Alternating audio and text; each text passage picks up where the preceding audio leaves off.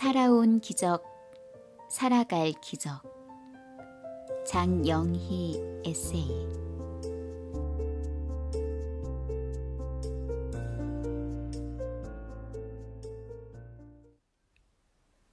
민식이의 행복론.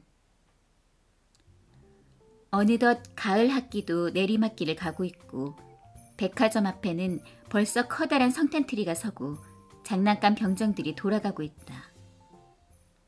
지금이 학기 중 제일 일이 많은 때라 아무리 시간을 쪼개었어도 늘 바쁘고 숨쉴 틈이 없다.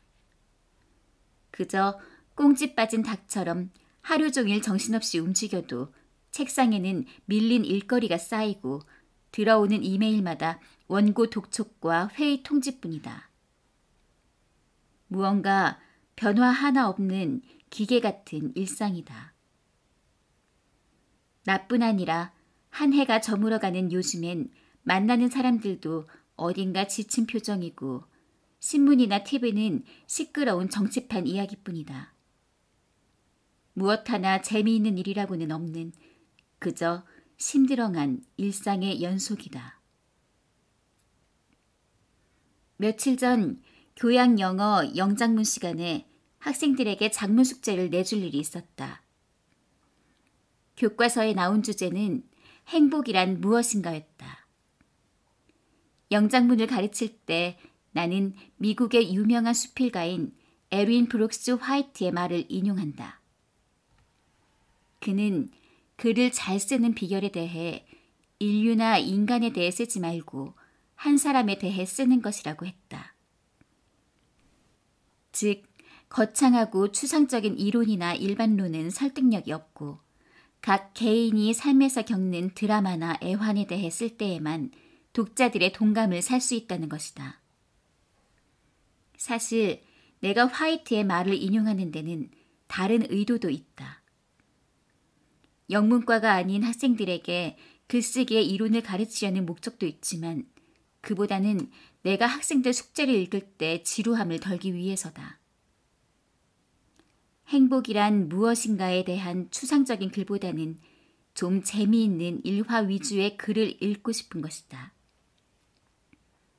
그래서 학생들에게 행복이라는 주제와 관련하여 잊지 못할 사람 또는 잊지 못할 그날에 대해서 쓰라는 숙제를 내주었다.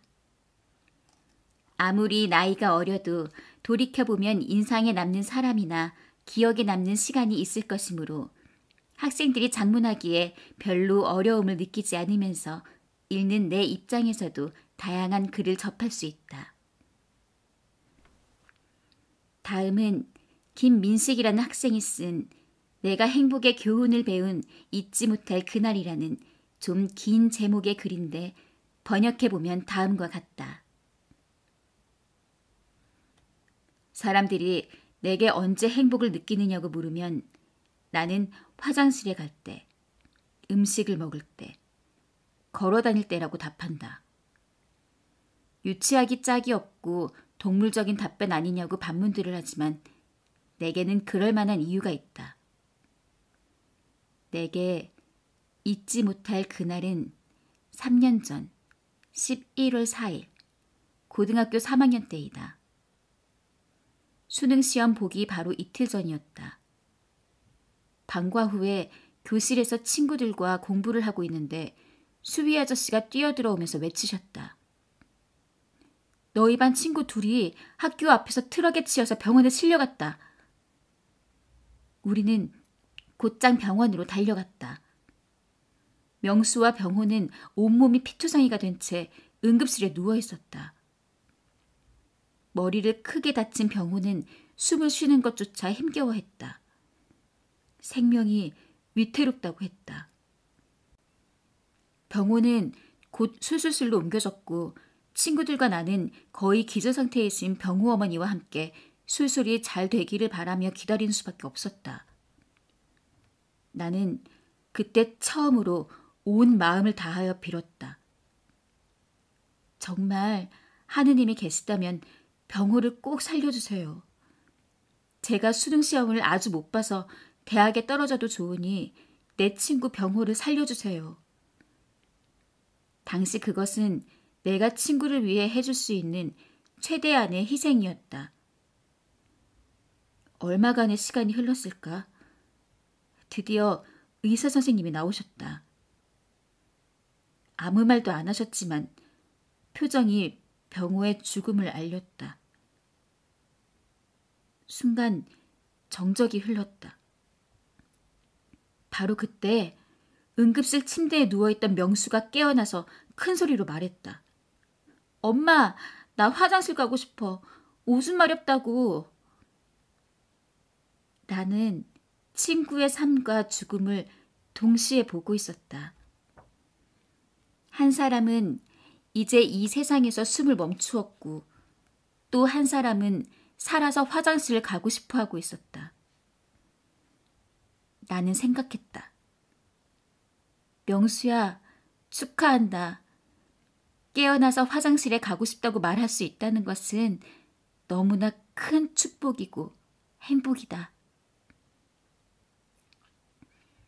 그렇게 나는 친구를 보냈다.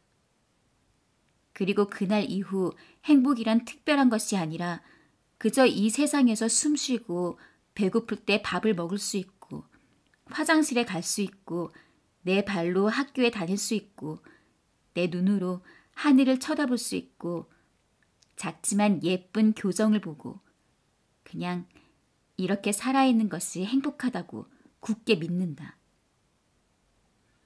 그러니까 가끔씩 맛있는 음식을 먹고 여자친구와 데이트하고 친구들과 운동하고 조카들과 놀고 그런 행복들은 순전히 보너스인데 내 삶은 그런 보너스 행복으로 가득 차 있다.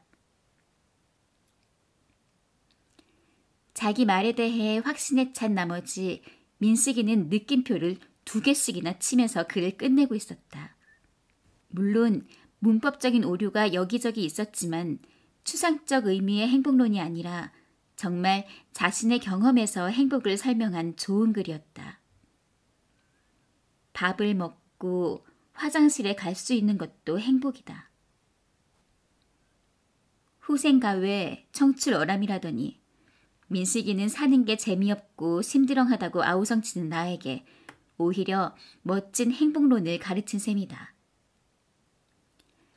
민식이 말 맞다나 행복의 기준이 이 세상에서 숨을 쉬고 있고 밥 먹고 소화 잘 시켜서 멀쩡히 화장실을 갈 수 있는 것이라면 그 조건을 완벽하게 충족시키는 내게 나머지는 무조건 다 그야말로 보너스, 대박 행복인 셈이다.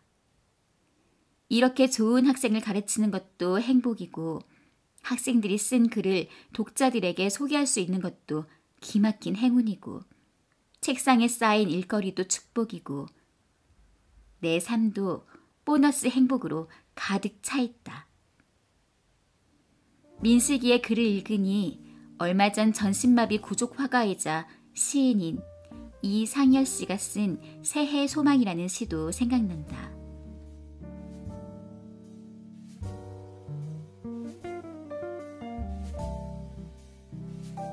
새해에는 더도 말고 덜도 말고 손가락 하나만 움직이게 하소서.